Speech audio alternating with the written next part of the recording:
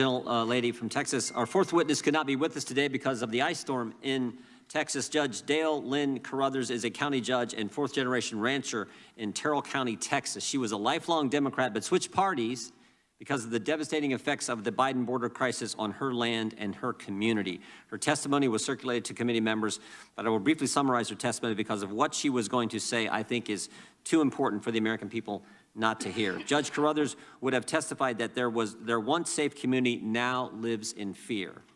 Neighbors' homes have been burglarized, ranchers have been stalked on their own lands, and high-speed car crashes and chases are a daily hazard. One of Judge Carruthers' neighbors even had his home set on fire by illegal migrants who did so in order to get law enforcement to come and pick them up. Her county's limited resources have been overwhelmed because of the flow of illegal aliens across the border. The local high school has had to be locked down due to the criminal activity in their community. Illegal aliens routinely trespass through Ms. Carruthers' land, cutting her fences and causing other damage to her property. And groups of illegal migrants regularly dress in camouflage to cross the judge's and her neighbor's land. These are not asylum seekers looking to turn themselves into Border Patrol agents, but foreign nationals trying to evade law enforcement. We wish she would have been able to be here today to share her story in person, but we do welcome our witnesses who are here, who were able to travel and are here, and we thank you for appearing. We will begin by swearing you in. Would you please rise and raise your right hand? Do you swear or affirm that, under penalty of perjury, that the testimony you're about to give is true and correct to the best of your knowledge, information, and belief, so help you God? Let the record show that the witnesses answered in the affirmative. Thank you. Please know that your written testimony will be entered into the record in its entirety. Accordingly, we ask that you summarize the testimony in 5 minutes. I know you were told this earlier. The microphones in front of you have a clock and a series of lights. When the light changes from green to yellow, you should begin to conclude your remarks. It's pretty basic. Green means go, yellow means get ready to stop, red means stop. Mr. Dunn, you may begin, and we again thank you for being here, the work you and your wife are doing in your foundation, and like everyone on the committee, we are sorry for the loss of your son. Mr. Dunn, you got your 5 minutes.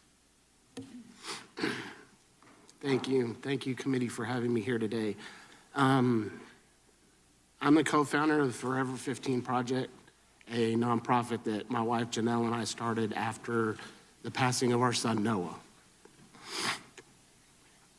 On August 21st, Noah died as a result of fentanyl poisoning. More specifically, illicit fentanyl poisoning.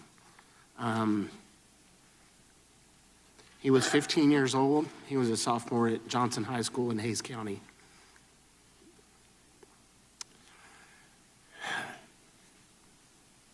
He was murdered by a drug dealer selling counterfeit Percocet pills.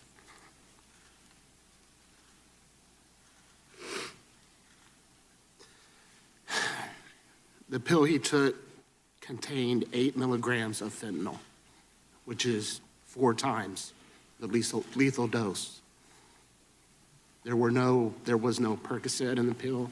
There were no other drugs in the pill besides illicit fentanyl.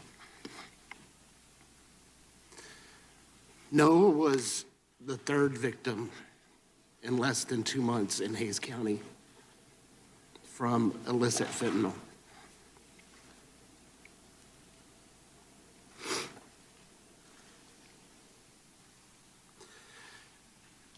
Kevin McConville, another Hays student, passed away from a counterfeit Xanax that contained illicit fentanyl. And Ryan Garcia, also of Hays CISD, passed away from a counterfeit Percocet pill. Since then, we've attended many seminars and summits, one by the DEA in Houston, Texas. So now we're very familiar with all of the information regarding illicit fentanyl. Illicit fentanyl is primarily manufactured in Mexico by the drug cartels and smuggled through our southern border. And it is true that most seizures happen at border checkpoints. I believe 60% of all fentanyl seized last year was in San Diego and Imperial Valley. However, due to the lethality of this drug, any amount smuggled in a backpack or a fanny pack or even in somebody's pocket can be enough to kill thousands of people.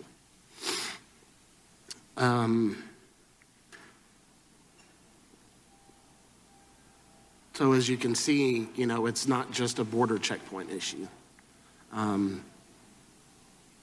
Any amount over, I would probably under 1 milligram could be lethal in some instances, but 2 milligrams is the most common number put out there. And without immediate medical intervention, a person is not likely to survive. That's how fast it kills.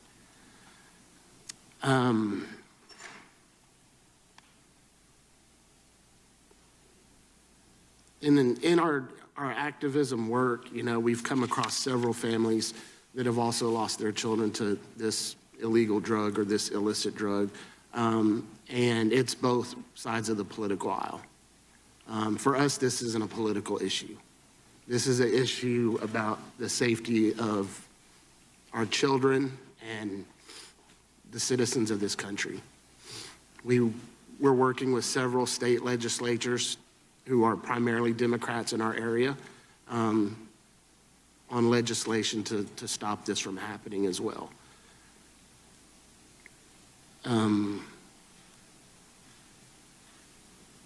So it's, you know, it's a definite problem that's impacting our communities.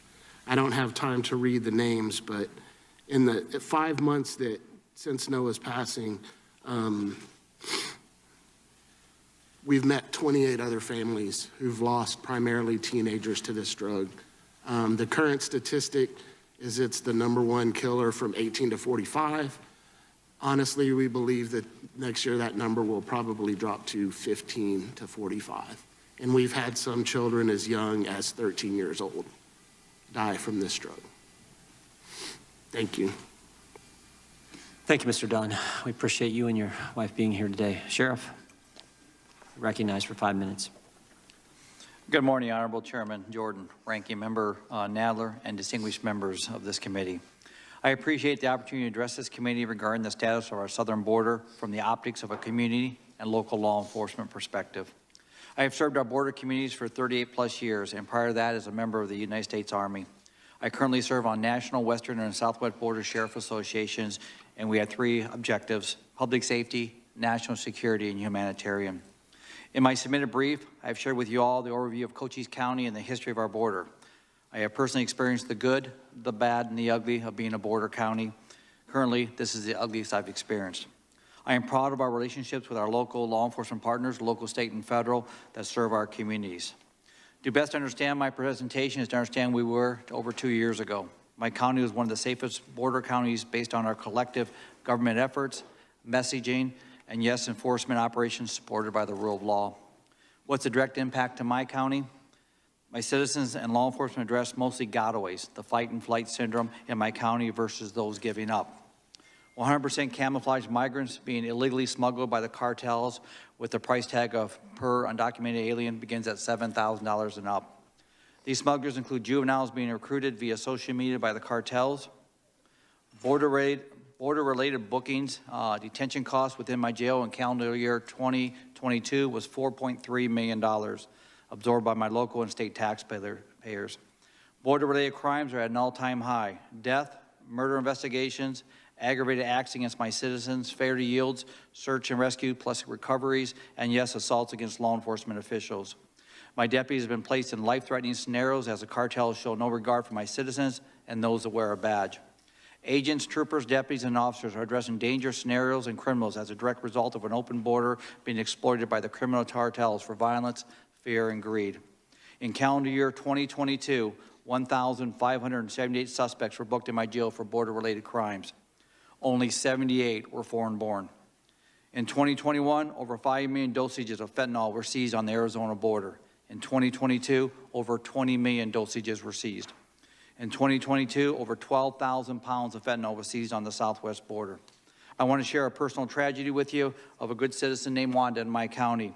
She was heading to her 65th birthday party to meet her family and her son when a 16-year-old USC who fled from law enforcement, the deputies, was carrying 3 undocumented aliens, ran his vehicle through a red light at deadly speeds, cutting her vehicle in half and killing her. In closing, my fellow sheriffs and I have tried to partner with this administration to include the President of the United States with high hopes to share a collective message, a collective action plan, support the rule of law, prioritize our southern border, and provide updates reference community impacts and concerns with little to no success.